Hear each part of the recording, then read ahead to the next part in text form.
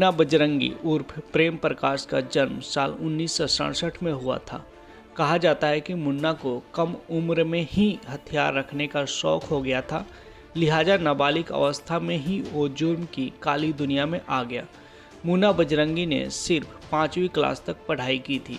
मुन्ना बजरंगी के खिलाफ पहला केस उस वक्त दर्ज किया गया जब उसकी उम्र महज 17 साल थी। मुन्ना पर मारपीट करने और अवैध हथियार रखने का आरोप था। बाद में मुन्ना बजरंगी ने गजराज सिंह के गैंग को ज्वाइन कर लिया। जौनपुर में गैंग में शामिल होने के बाद उसकी हसरत जुर्म की दुनिया में छा जाने की थी। बताया जाता है कि साल 1984 में मुन्ना बजरंगी ने पहला बड़ा क्राइम किया। उस पर एक बिजनेसमैन की हत्या का आरोप लगा।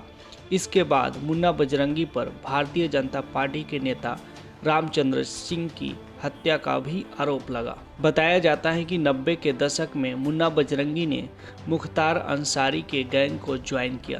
काले कारनामों की वजह से वो जल्दी ही मुख्तार अंसारी का दाहिना हाथ बन बैठा।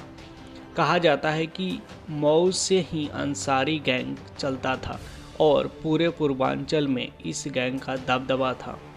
बजरंगी और मुख्तार अंसारी ने मिलकर कई सरकारी ठेकों पर अपना दबदबा कई दिनों तक बनाए रखा।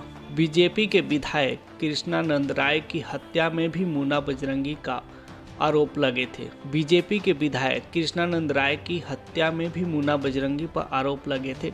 कृष्णानंद राय की उनके गांव से नज़दीक ही सैकड़ों गोलियां चलाकर हत्या कर दी थी। आरोप लगे कि इस घटना को मुन्ना बजरंगी ने मुख्तार अंसारी के इशारे पर अंजाम दिया था।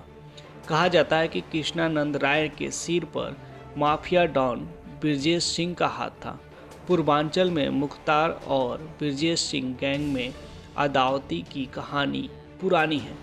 कई लोगों की हत्या इन दोनों की दुश्मनी में हो चुकी है।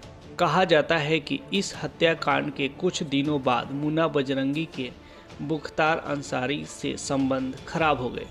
इधर कृष्णानंद राय की हत्या के बाद पुलिस मुन्ना बजरंगी की सरगर्मी से तलाश कर रही थी। कृष्णानंद राय की हत्या के बाद भाग कर थक चुके मुन्ना बजरंगी को मुंबई के मलाड इलाके से 2009 में गिरफ्तार किया गया था। ऐसा भी माना जाता है कि अपनी गिरफ्तारी खुद ही मुन्ना बजरंगी ने करवाई थी। बता दें कि मुन्ना बजरंगी ने साल 2020 में तिहाड़ जेल से ही विधानसभा चुनाव लड़ा था। वो मरिया याहू सीट से अपना दल और पीस पार्टी के संयुक्त उम्मीदवार के तौर पर मैदान में था। इस चुनाव में मुन्ना बजरंगी ने तीसरा स्थान हासिल किया। कहा जाता है कि मुन्ना बजरंगी ने 40 हत्याएं की थी। पुलिस की फाइलों में उस पर कई संगीन जुर्म दर्ज है। साल 2018 में मुन्ना बजरंगी की बागबाद जेल में गोली मारकर हत्या कर दी गई थी।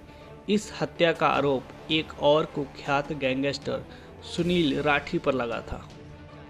Subscribe to our YouTube channel and press the bell icon to get the latest updates.